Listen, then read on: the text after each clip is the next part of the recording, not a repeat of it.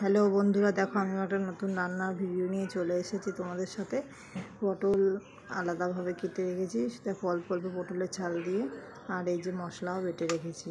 আমার কড়াই গরম হয়ে গেছে, কড়াইয়ে কেটে রাখা পটলগুলোকে দিয়ে দিচ্ছি মাছকে।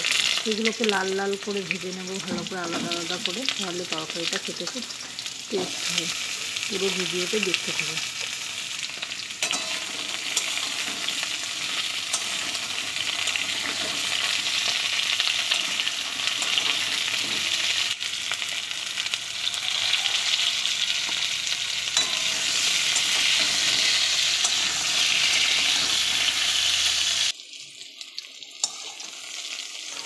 দেখতেই তো পেয়েছো তোমরা, আমি একটু নুন দিয়ে ভেজে নিয়েছি পটলগুলোকে, লাল লাল ভাব চলে এসছে। এবার সেই পটলগুলোকে তুলে দেবো, দিয়ে এবার বাচ্চা যে তেলটা আছে সেই তেলের মধ্যে একটু পরিমাণ মতো জিরে দিয়ে নেব। জিরেটা কিছুক্ষণের জন্য জিরে দেবো, আর দুটো তেজপাতা দেবো। জিরেটা আর তেজপাতাটা একটু যখন ভাজা ভাজা হয়ে আসবে, তখন আমি ওই কেটে রাখা আলুগুলোকে দিয়ে দেবো।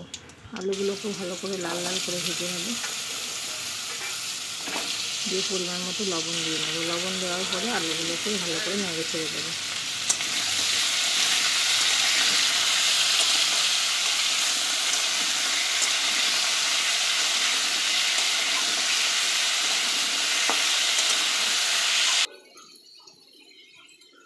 আলু দেখো ভাজা ভাজা ভাব চলে এসছে, ভেজে রাখা পটলগুলোকে দিয়ে দেবো।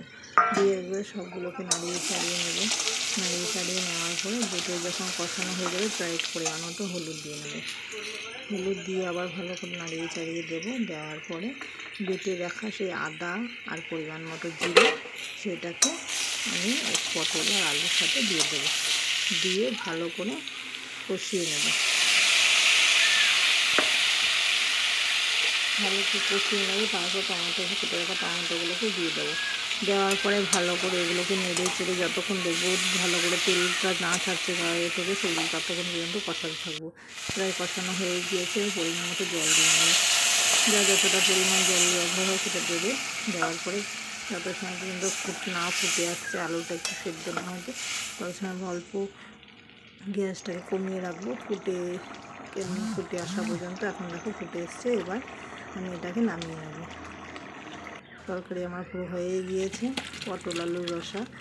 ভিডিওটি কেমন লাগলো কমেন্টে জানাবে। ভালো লাগলে একটা লাইক করবে, আর একটা সাবস্ক্রাইব করে দেবে। আমার ভিডিও ভালো লাগলে কমেন্টে জানাবে।